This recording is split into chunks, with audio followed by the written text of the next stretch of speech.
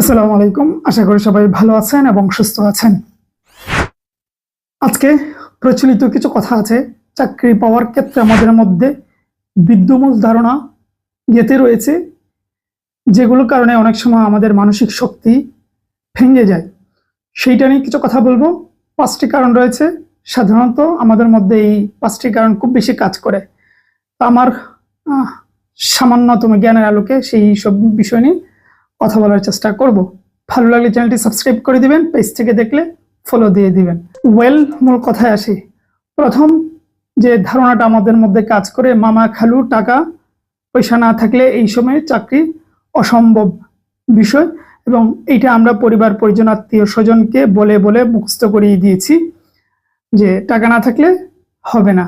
আর দুর্নীতি, স্বজনপ্রীতি, বিভিন্ন মানুষের লাইন গার্ডের মাধ্যমেই সব নিয়োগ হয়ে যায়।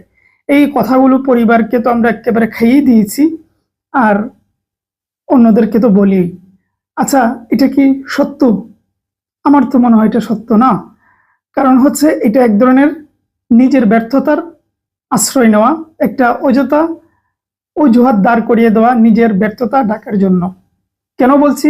প্রতিনিয়ত আওয়ামী সরকারের সময় প্রচন্ড সমালোচনা করি, আমি নিজে করি, অনেকে করে, অনেক কারণ রয়েছে, সব ঠিক আছে, কিন্তু সেই সময়েও টাকা ছাড়া জব হয়েছে। দুর্নীতি শেষ নাই, আমি সেটা বলতেছি না, অসংখ্য হাজার হাজার দুর্নীতি হয়েছে, এটা নিয়ে কথা নেই, এটা নিয়ে কেউ বিতর্ক করবেন না। আমি বুঝাতে চাচ্ছি সেই সময়েও টাকা ছাড়া জব হয়েছে।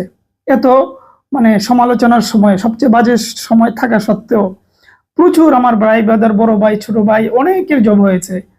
বিশেষ করে বড় ভাইদের ক্যাম্পাসের তো প্রচুর মানুষের জব হয়েছে যাদের 1 টাকাও লাগে নাই। আবার টাকা দিয়েও অনেকের জব হয়েছে, সেটা তো আছে, কিন্তু আমি বলতেছি টাকা ছাড়া সেই সময় জব হয়েছে। আর এই সময় তো আরো হওয়ার কথা। টাকা ছাড়া অ্যাভেলেবেল জব হচ্ছে, কোনো সন্দেহ নেই। আমার পরিচিত প্রচুর মানুষের প্রতিনিয়ত হচ্ছে। সুতরাং এটা নিয়ে টেনশন করার কিছু নাই। দুর্নীতি হলে 100 জন নেবে, ধরুন 10 জন নিল টাকা দিয়ে, 20 জন নিলেও টাকা দিয়ে, বিভিন্ন লাইন গেটের মাধ্যমে বাংলাদেশ তো একেবারে পরিশুদ্ধ হয়ে যাবে না, এটা থাকবেই। কিন্তু 20 জন নিল, বাকি 80 জন মেধার ভিত্তিতে জব পাচ্ছে, এবং কোটার মতন একটা জঞ্জালে এই মুহূর্তে আমাদের মাথার উপরে নেই। সুতরাং ওই টাকা ছাড়া জব হয় না এটা বলে বলে নিজের ব্যর্থতা আর ডাকবেন না, ঠিক আছে? আমি এইটা বলতে পারি, আশ্বস্ত করতে পারি, নিশ্চয়ই নিশ্চয়ই আপনি মেধাবী হলে টাকা ছাড়া, 1 টাকা ছাড়া জব আপনার হবে। এটা নিয়ে মাথায় জায়গা দেবেন না, তাহলে হতাশ হয়ে যাবেন। অরিজিনাল যারা যারা পড়াশোনা করে তারা এটা জায়গা দেয় না, ঠিক আছে? ওই 20 জনের চিন্তা করবেন না, আপনি 80 জনের চিন্তা করেন। এই হলো বিষয়, প্রথম কথা। 2 নম্বর আরেকটি ধারণা আছে আমাদের, যে বিসিএস এর বাহিরে বোধহয় বিসিএস এর মতন আর কোনো জব নেই। এইটাও শতভাগ সঠিক নয়। আনডাউটলি বিসিএস অন্যরকম একটা জব বাংলাদেশের, যদি আমরা 1, 2, 3 করি, কোনো সন্দেহ নেই এগুলো বিসিএস উপরে থাকবে, আনডাউটলি গেজেটেড কর্মকর্তা।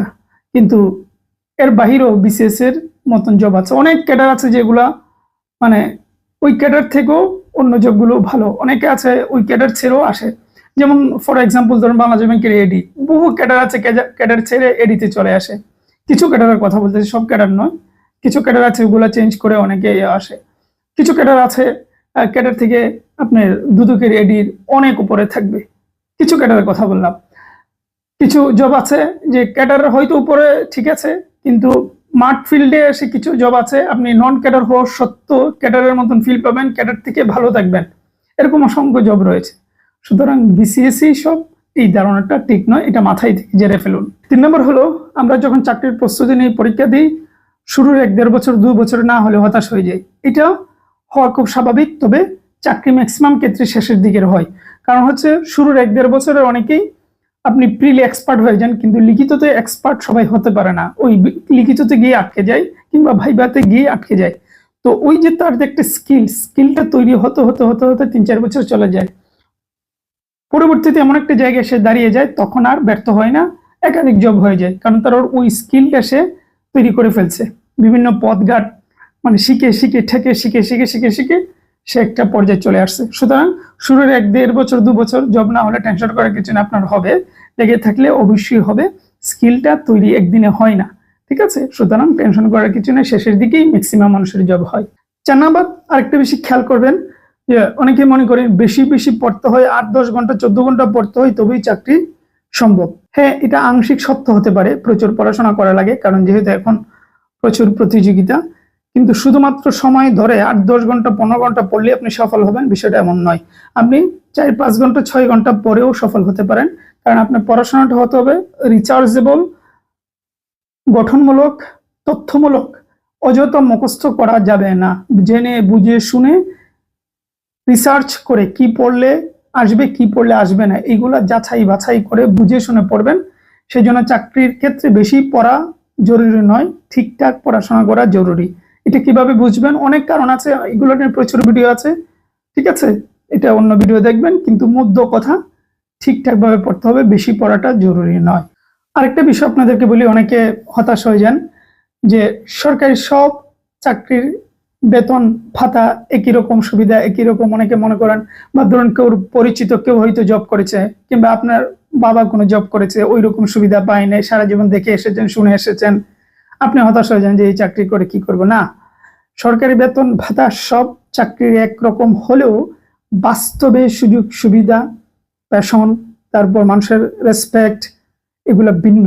ভিন্ন মানে ভিন্ন, আপনি এক একটা জবের মাঝে এক একটা বৈচিত্র্য পাবেন, ঠিক আছে। সুতরাং আপনার জীবনে একটা জব যদি কারো দেখে থাকেন, ওইটা নিয়ে সামগ্রিক জবের সাথে মূল্যায়ন করবেন না। এক একটা job totally different, totally different বলতে টোটালি ডিফারেন্ট। বেতন ভাতা এক হোক না, তারপরেও বিশাল পার্থক্য রয়েছে, যে আপনি হয়তো এমন একটা জব হবে যেটা মজা পেয়ে যাবেন।